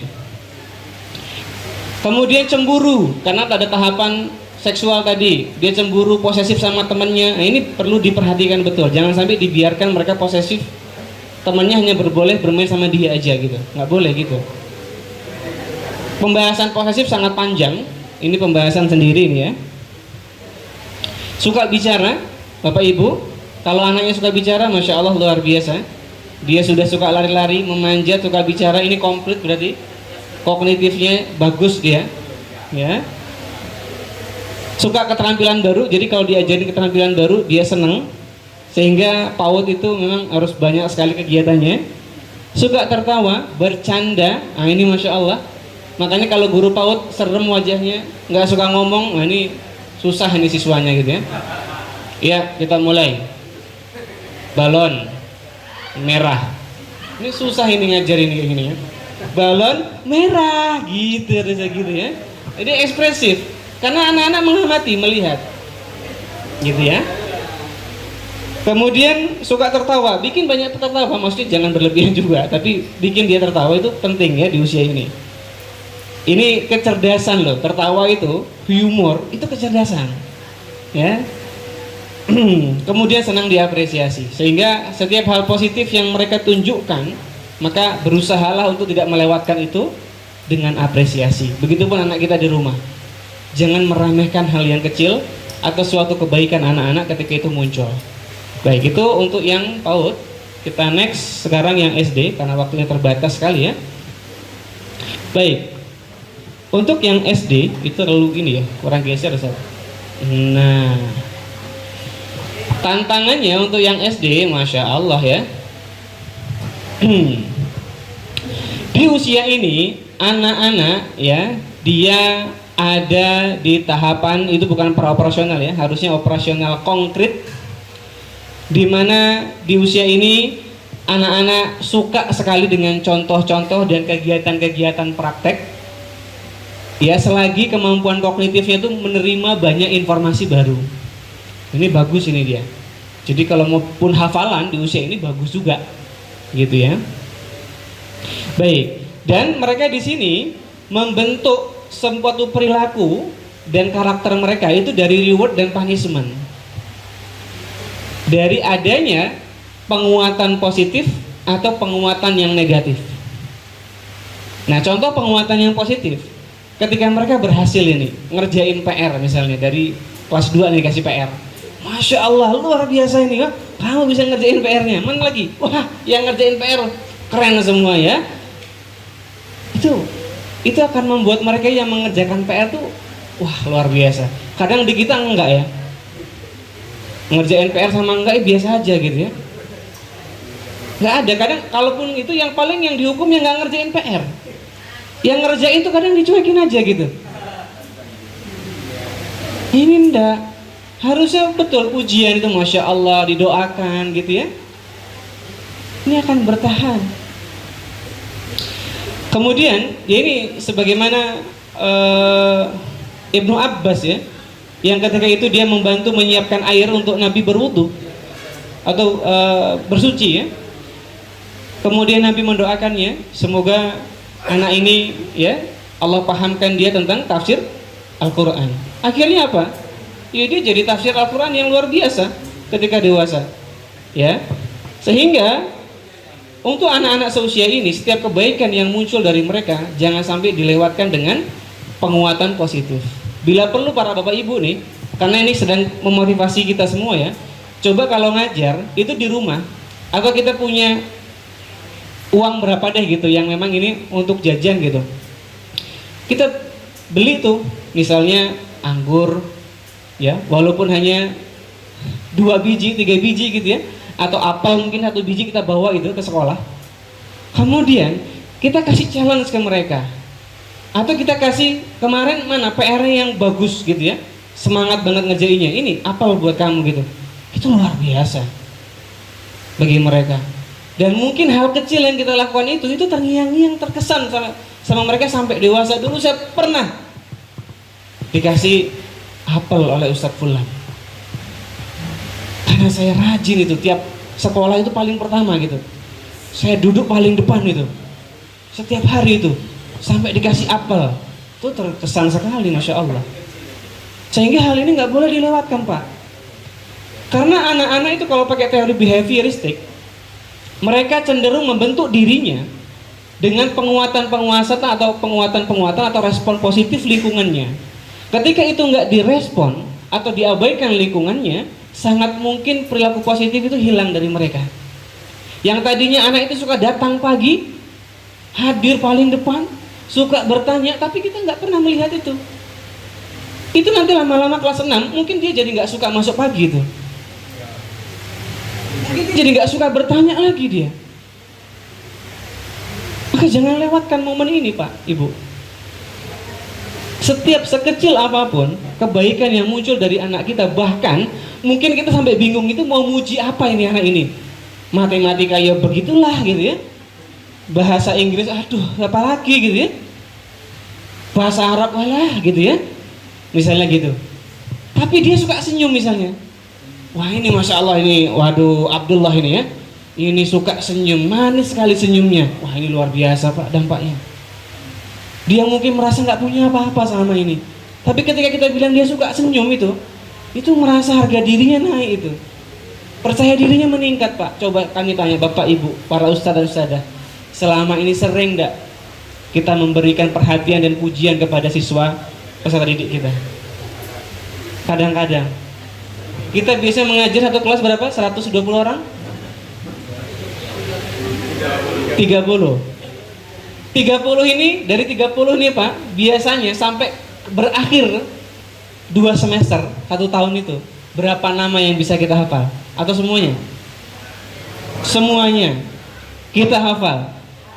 Berapa banyak kebiasaan mereka yang kita hafal? Dari 30 anak ini, bisa hafal semua kebiasaan-kebiasaan mereka? Insya Allah. Dari 30 anak ini, 1 tahun ya, hafal enggak orang tuanya? Ya anaknya sopo lagi ya. Aduh gitu. Enggak apa? Abdullah ini anaknya Pak Musin apa? Gitu ya. Hafal enggak? Ya? Bahkan ada seorang guru yang sampai hafal warna-warna kesukaan siswanya loh. Bahkan sampai ada seorang guru yang hafal hobi, makanan kesukaan. Itu hafal, Masya Allah itu. Bagaimana siswa nggak cinta sama guru ini Pak? Ibu ya. Dia hafal, guru saya itu hafal lebih saya loh. Saya suka main bola. Ketika baru masuk itu gimana? Madura United gitu. Menang nggak kemarin gitu kan? Ini seberapa peduli kita sama mereka. Disebut, bapak gimana di rumah nak? Itu seneng anak-anak. Bapak sehat gitu kan gitu. Perhatian. Bahkan kita tahu makanan kesukaan dan kita tadi di jalan ketemu itu. Ini anak berprestasi nih. Dia suka sekali sama jeruk nih. Saya bawa ah. Ketika jam berakhir saya diam-diam saya kasih ini buat kamu. Pernah nggak begitu kita? Pengasuhan di luar negeri sana di India itu ternyata ada sekolah-sekolah yang gurunya itu sangat peduli sama siswanya. Jadi guru ini bahkan makan aja sampai dengan siswanya. Makan bareng. Terus bercanda dia sama siswanya. Kita di sini pernah nggak makan bareng di kelas sama siswa kita, Pak, Ibu? Oh, di sini gitu ya? Selalu makan bareng? Nggak selalu ya? Oh, berarti sama kayak India di sini ya? Makan bareng, bercanda dengan mereka, ini kelekatan. Karena kalau kita belajar pengasuhan, hal yang membuat seorang anak itu mudah mengikuti arahan, disiplin dia, mau mendengarkan karena adanya ikatan, kelekatan emosional yang sering kita namai dengan attachment. Sehingga di luar negeri sana, di Amerika dan di Eropa itu penelitian tentang bonding attachment, membangun kelekatan dengan anak itu sangat penting karena mereka punya tagline. Tagline-nya adalah connection before correction. Jadi seseorang itu nggak akan bisa menasihati dan mengkoreksi kalau nggak ada ikatan emosional di antara mereka. Bapak ibu mau ngomong apa aja, sejam ngomongin, tapi kalau nggak ada ikatan sama dia, itu nggak didengar, Pak. Sekarang saya balik, bapak ibu dulu pernah sekolah dan pernah punya guru, yang guru itu baik banget sama kita. Dia itu perhatian, tahu nama kita dan sering disebut nama kita di kelas. Guru ini bahkan diam-diam mungkin sering ngasih kita reward. Padahal kita mungkin nggak suka pelajarannya, fisika misalnya, fisika angel gitu. Tapi guru itu menyenangkan, perhatian dia. Kita yang awalnya nggak suka dengan fisika, Pak, jadi suka loh. Kita yang awalnya kalau fisika pengennya bolos, jadi pengennya setiap pelajarannya masuk dan awal. Bahkan kalau bisa di kelas nanya. Itu saking kita trust sama gurunya. Karena ada ikatan. Itu yang membuat anak itu, wah hari ini pelajarannya Pak Budi nih gitu. Semangat dia. Tapi sebaliknya, kalau kita jadi guru yang nggak trust, nggak mau memahami, di mata siswa kita tuh, aduh guru yang udah galak, nggak perhatian gitu ya. Atau mungkin nggak galak, tapi cuek dah sama kita. Itu meskipun pelajarannya mungkin nggak rumit gitu ya. Biar semua pelajaran mungkin susah ya, sesuai dengan kapasitasnya. Tapi pelajarannya harusnya menyenangkan gitu. Misalnya pelajarannya ini matematika gitu ya. Itu menyenangkan kan ya? Matematika mudah dan menyenangkan bukan? Gitu kan? Oh bukan ya. Kirain menyenangkan ya. Misalnya mungkin pelajarannya tuh fun gitu ya. Ya. Tapi kalau sudah gurunya nggak dipercaya oleh siswanya, maka malas siswanya. Nah ini penting sekali. Di antara poin penting untuk anak-anak umur 6 sampai 7 tahun, kita butuh yang namanya bonding attachment. Lekat dengan mereka, Pak. Bagi Bapak Ibu yang wali kelas, ini rugi banget kalau kita nggak lekat sama anak-anak kita. Karena kita nggak pernah tahu, Pak, anak-anak peserta didik kita besok besar tuh jadi apa aja dia. Bisa jadi mereka itu yang mendoakan kita nantinya. Bisa jadi kemudahan-kemudahan yang kita dapatkan dari doa-doa mereka. Maka Bapak Ibu di sini perannya sangat besar dan ini potensial sekali. Guru itu lahan basah, Pak.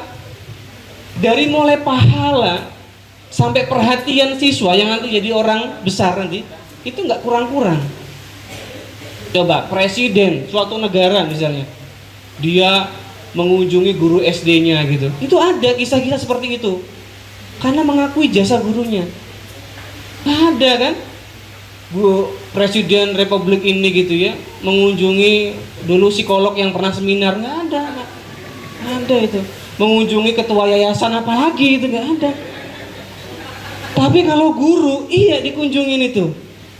Bahkan gurunya susah ketahuan dibantu itu sama itu. Itu di dunia dan di akhirat insya Allah, Pak. Ibu. Jadi sangat rugi kalau kita hari ini diamanahi kelas, tapi kita nggak ngerti dengan siswa kita. Terus apa fungsi kita? Coba kita bercermin dan berkaca di sini. Meskipun kita yang bukan kelas, kita manfaatkan momen berharga ini. Kita nggak pernah tahu di momen mana, di saat mana, apa yang kita sampaikan tuh membekas di hati peserta didik kita.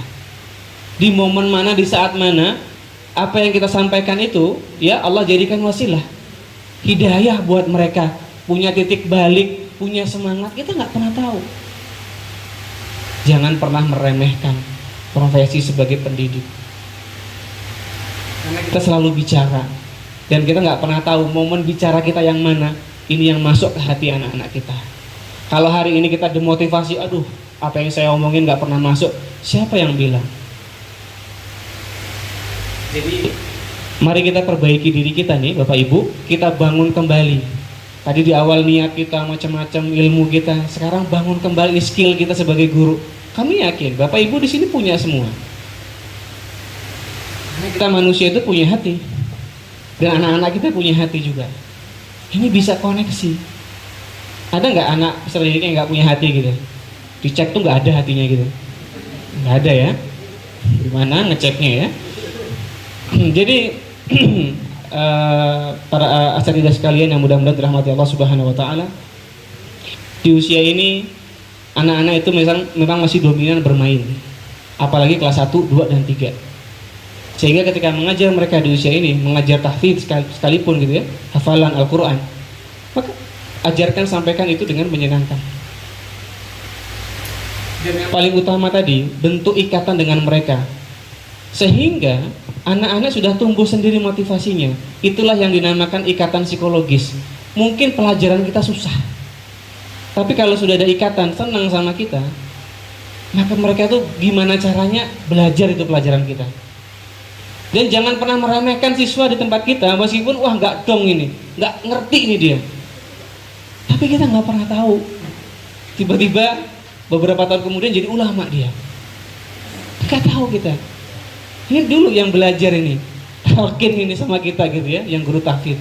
Sekarang jadi ulama Al-Quran. Kita nggak pernah tahu.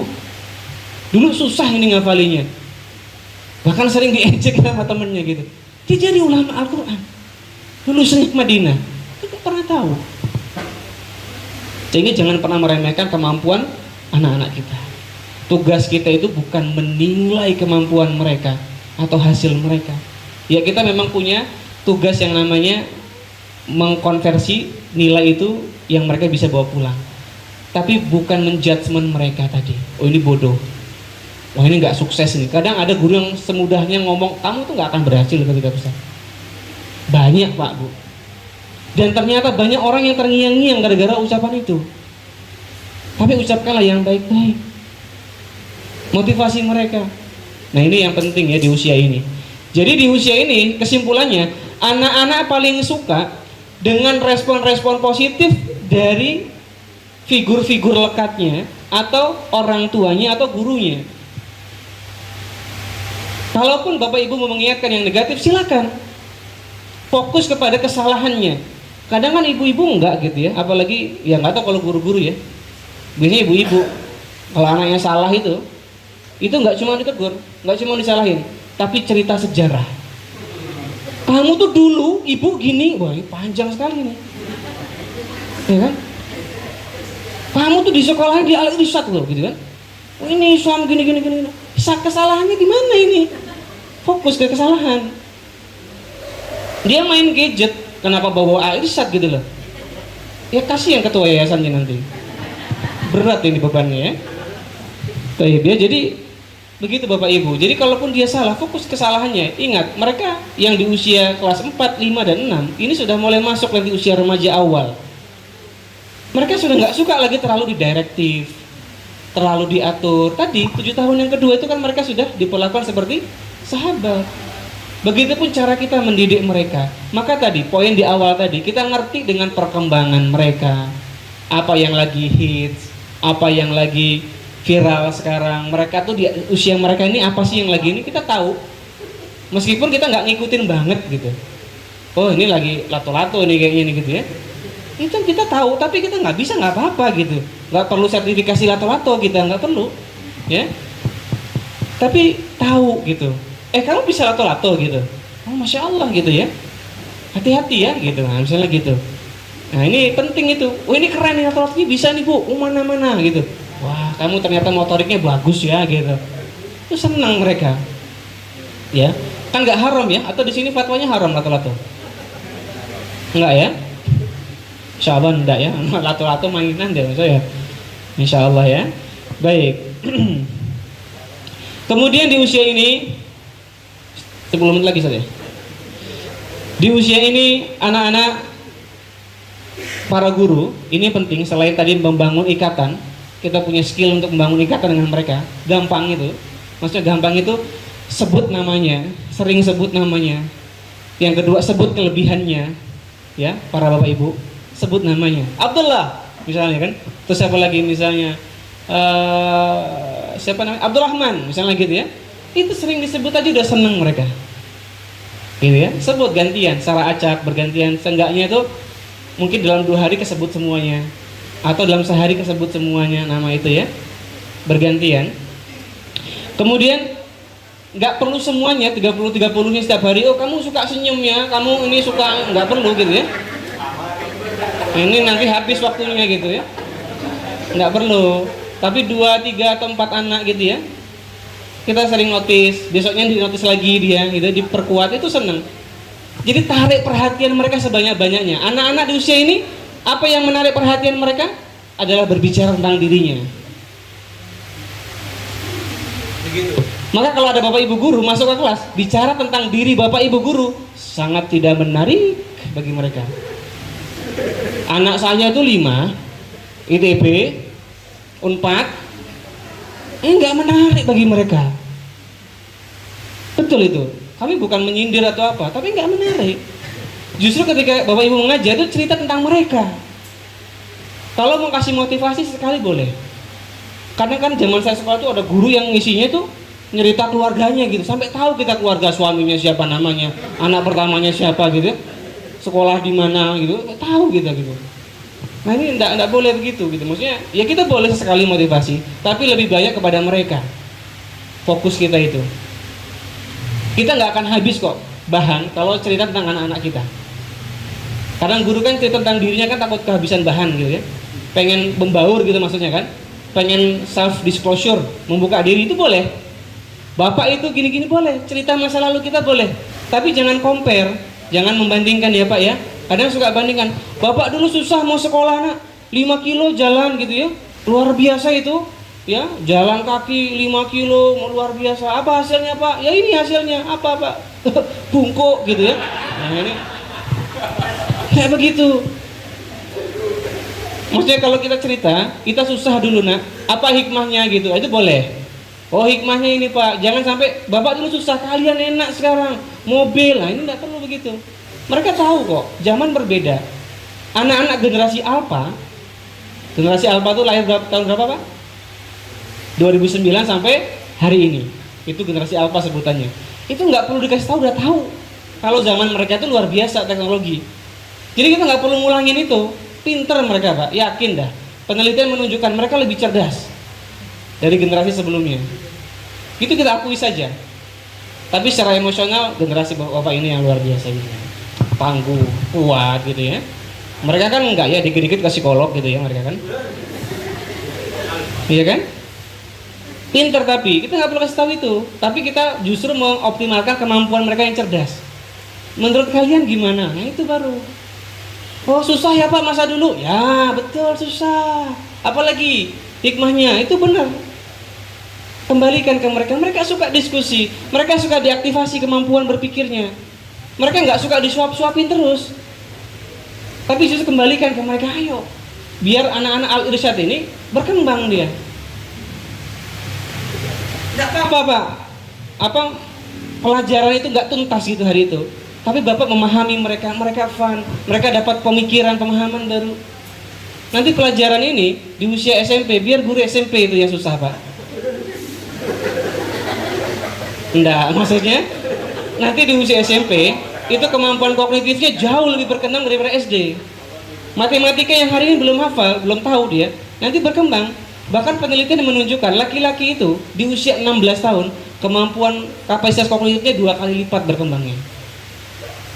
Makanya dulu yang di sekolah itu diam-diam aja, ketika masuk ke usia SMA ya atau kuliah itu 2 kali lipat. Itu laki-laki. Kalau perempuan 2 kali lipatnya di usia 11 atau 12 tahun. Ini ada usianya. Maka nggak perlu ngoyo, Pak. Karena tugas kita mendidik selain mengajar itu. Jangan fokus ke mengajarnya sampai lupa mendidiknya. Justru kita lebih butuh dididik apa diajar ini? Dididik kan? Diajar, serem gitu kan? Diajar. Baik. Iya. Jadi itu tadi Pak ya, Bapak Ibu ya, kita perlu memberikan apresiasi mereka yang banyak, memahami mereka, membentuk ikatan emosional yang bagus, dan yang berikutnya memahami dan mengembangkan minat-minat mereka. Anak-anak di usia 6 sampai 12 tahun, Pak, ini masa-masanya kemampuan motoriknya dikembangkan. Tugas perkembangan di usia ini mereka industri. Industri itu apa Kak Yogi? Di sini mereka harusnya merasa mampu, bisa punya kemampuan yang banyak. Maka kalau kita sebagai guru selama ini, alah kamu tuh Abdullah bisanya apa tuh? Waduh, itu malah menjatuhkan mereka. Enggak begitu cara memotivasi anak-anak usia ini. Tapi coba, Abdullah, kira-kira kamu suka dengan apa? Hal yang paling kamu kuasai apa? Begitu. Mungkin nggak di pelajaran, tapi tidak salah kita sebagai guru matematika misalnya mensupport mereka tentang sepak bola misalnya, tidak masalah. Karena tugas kita di sini mendidik, menumbuhkan minat mereka loh.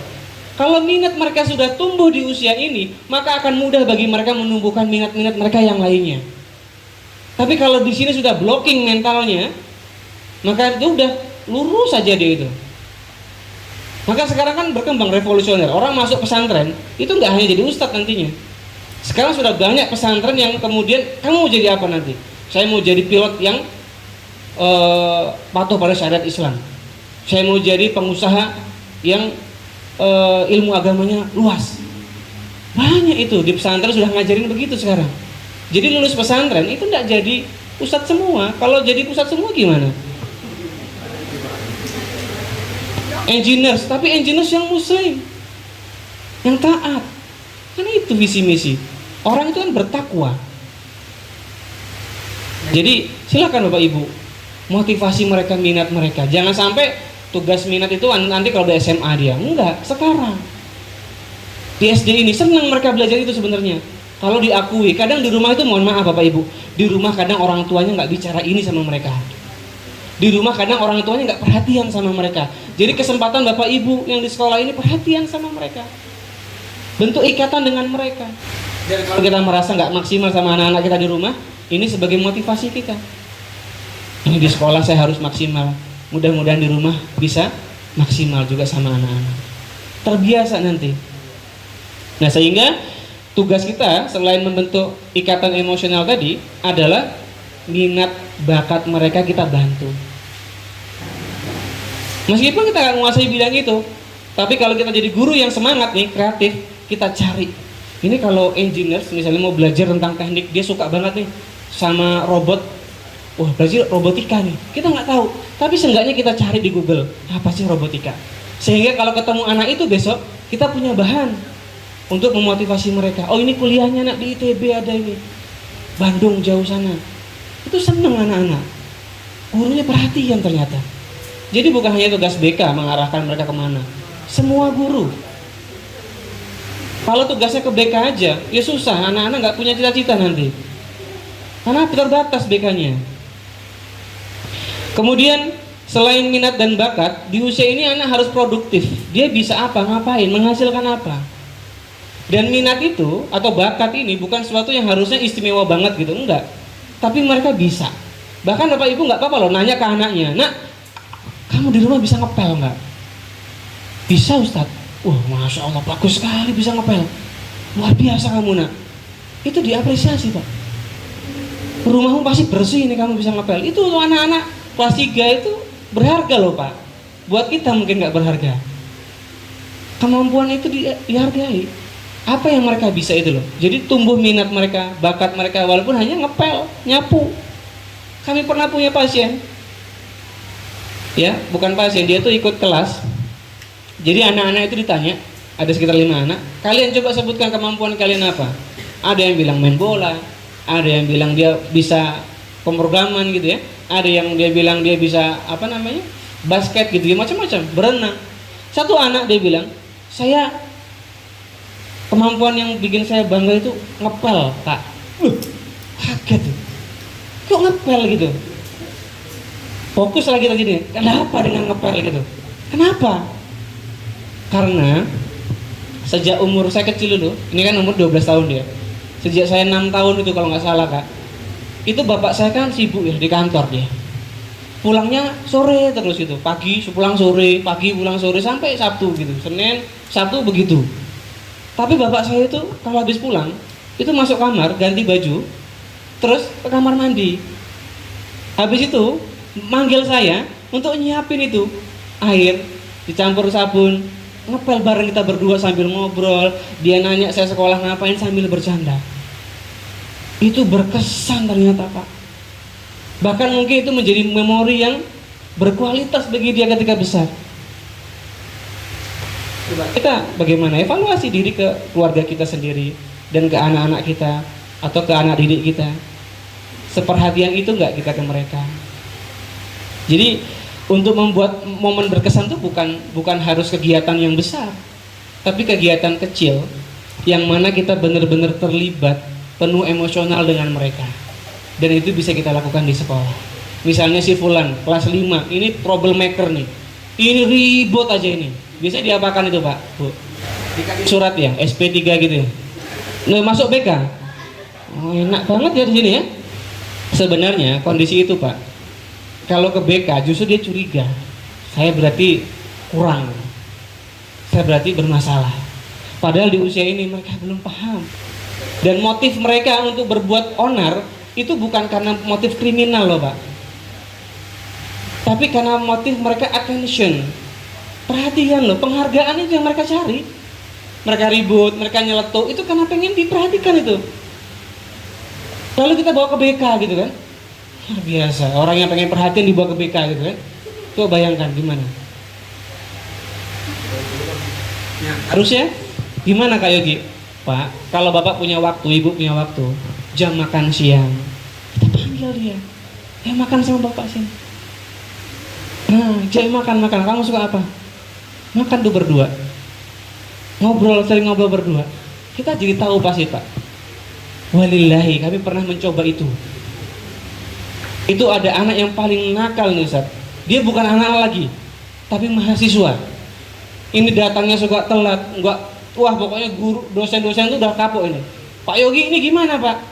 Ini di kelas Bapak itu si Fulan itu gimana? Bermasalah nggak? Di kelas saya bermasalah. Oh, enggak itu, Bu. Saya bilang gitu. Biasa aja. Wah, bermasalah. Semua dosen senior tuh bermasalah itu. Sadar kalau anak itu bermasalah. Ternyata selama ini, jadi saya sering meluangkan waktu, Pak, habis kelas, jam berakhir itu. Ada waktu saya ke belakang menghampiri mereka yang laki-laki, ngobrol. Kamu kos di mana? Kamu dari mana asalnya? Saya anak tentara, Pak. Saya gagal akmil, Pak. Suruh kuliah di sini gitu. Oh iya, gitu. Kamu bisa masuk nanti jalur perwira gitu. Ngobrol itu, Pak. Mereka happy. Bahkan mereka minta nomor WA saya dan sering ngajak, Pak, kita lagi di kafe nih. Luang nggak, Pak? Ayo ngobrol lagi gitu, Pak. Di kelas saya dia nggak bermasalah. Dan anak yang bermasalah, apalagi ini anak-anak SD, Pak, itu mereka attention itu. Sangat butuh perhatian, mungkin di rumahnya nggak ada itu, Pak. Kalau kita panggil, kita cerita, kita fun, selingi bercanda, mungkin dia merasa diperhatikan. Dan di situ, Pak, momennya. Kemudian di kelas itu bantu Bapak ya di kelas biar teman-teman tenang. Oh, apalagi dia orangnya gento gitu, kalau orang Jawa bilang ya. Gento itu apa ya? Pentolan gitu ya. Semuanya tunduk gitu. Kita udah pegang dia tuh, satu kelas tuh diam kalau kita ngajar udah. Ada yang gitu, dia gitu diam semua itu. Betul itu, Pak. Jadi kami punya pengalaman demikian, termasuk guru-guru sering cerita juga. Ternyata betul, Kak, prakteknya digituin dia butuh perhatian yang banyak. Bahkan di kelas kita sering sebut namanya, Fulan, wah misalnya gitu, wah kan senyumnya kan, wah luar biasa itu. Nanti dia nggak lagi troublemaker di kelas, insya Allah.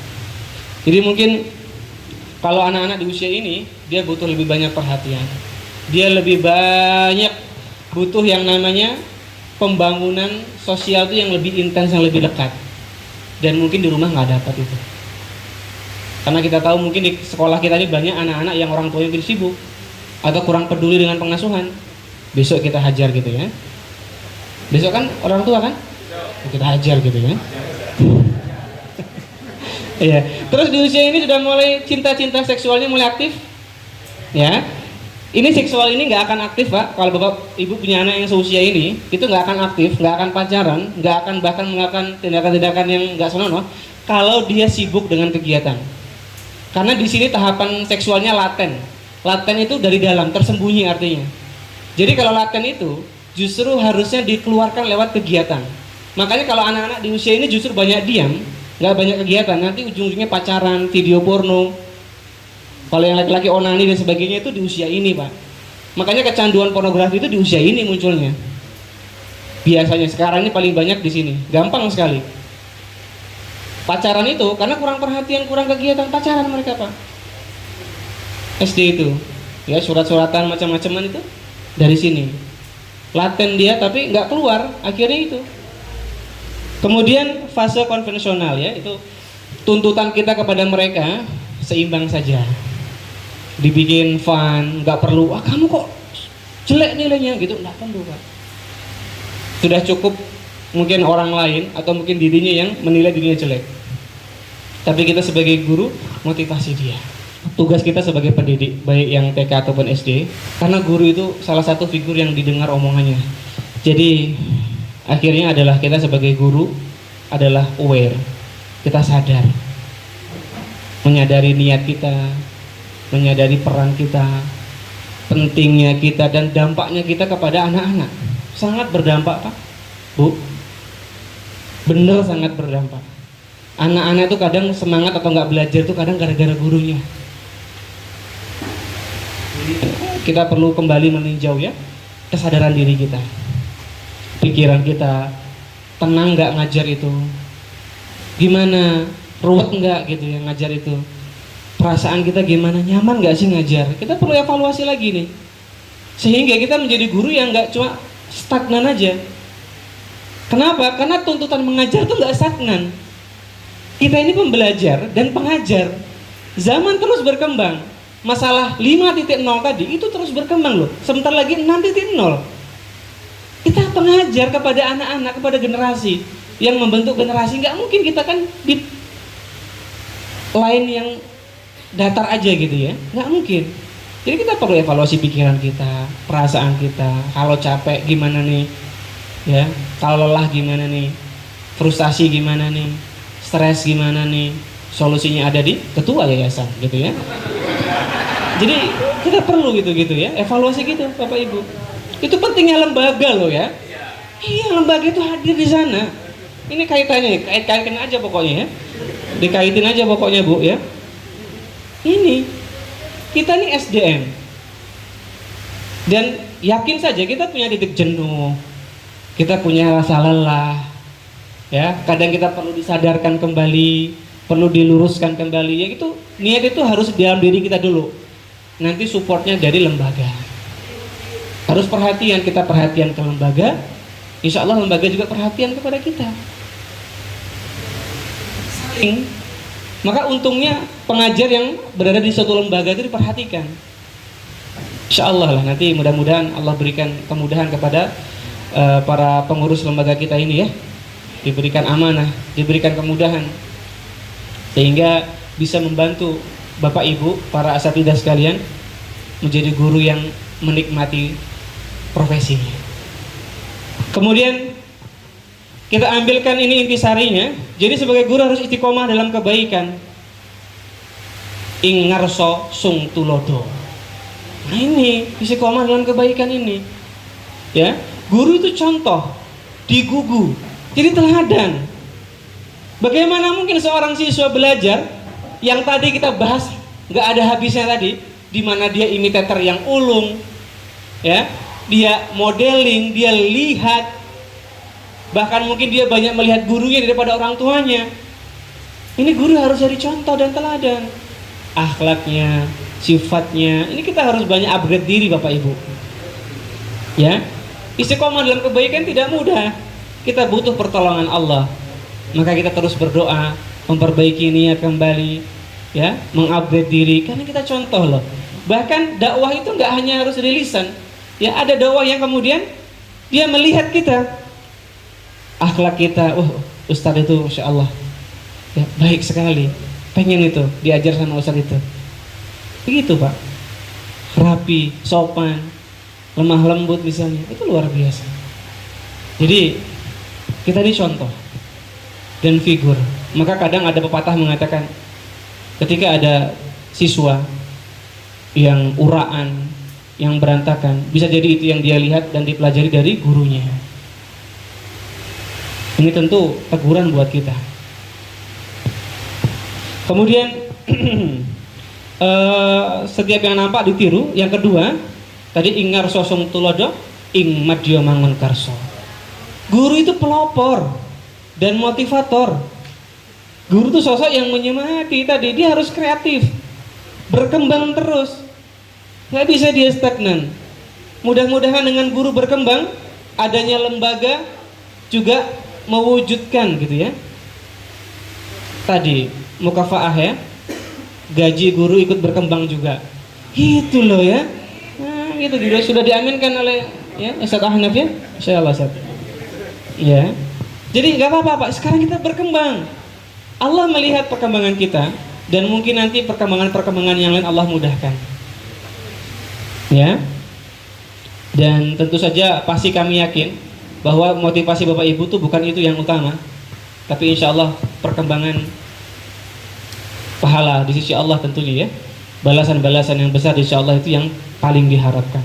Sehingga mari kita gunakan waktu kita untuk menjadi pelopor, ya, motivator buat mereka. Di tengah itu kita menyemangati mereka, ayo nak, semangat, kamu bisa. Bahkan mungkin anak yang hari ini hafalannya susah, itu bukan karena dia bodoh nggak bisa menghafal, tapi mungkin saja dia banyak sekali pikiran, stres fase anak, dan kita hadir di sana. Kadang ada guru yang, kamu nggak cepat hafalannya, lah kalau stres gimana? Bukannya tambah tertekan dia kalau gitu. Maka ayo, disemangati, ayo enggak apa-apa, sehari mungkin hanya 1 ayat. Karena kan di Al-Disyat ada syarat kelulusan hafalan. Ada enggak Ustaz? Ada ya, berarti nggak lulus kalau nggak hafal sekian gitu. Iya, begitu. Ada perbedaan ya, insyaallah. Iya, siapa tahu dia stresnya itu, jadi dia susah hafalnya. Ya, ini contoh saja. Ada anak yang mungkin nggak berkembang di kelas kita, itu bukan berarti dia membodoh gitu ya, bukan, belum tentu.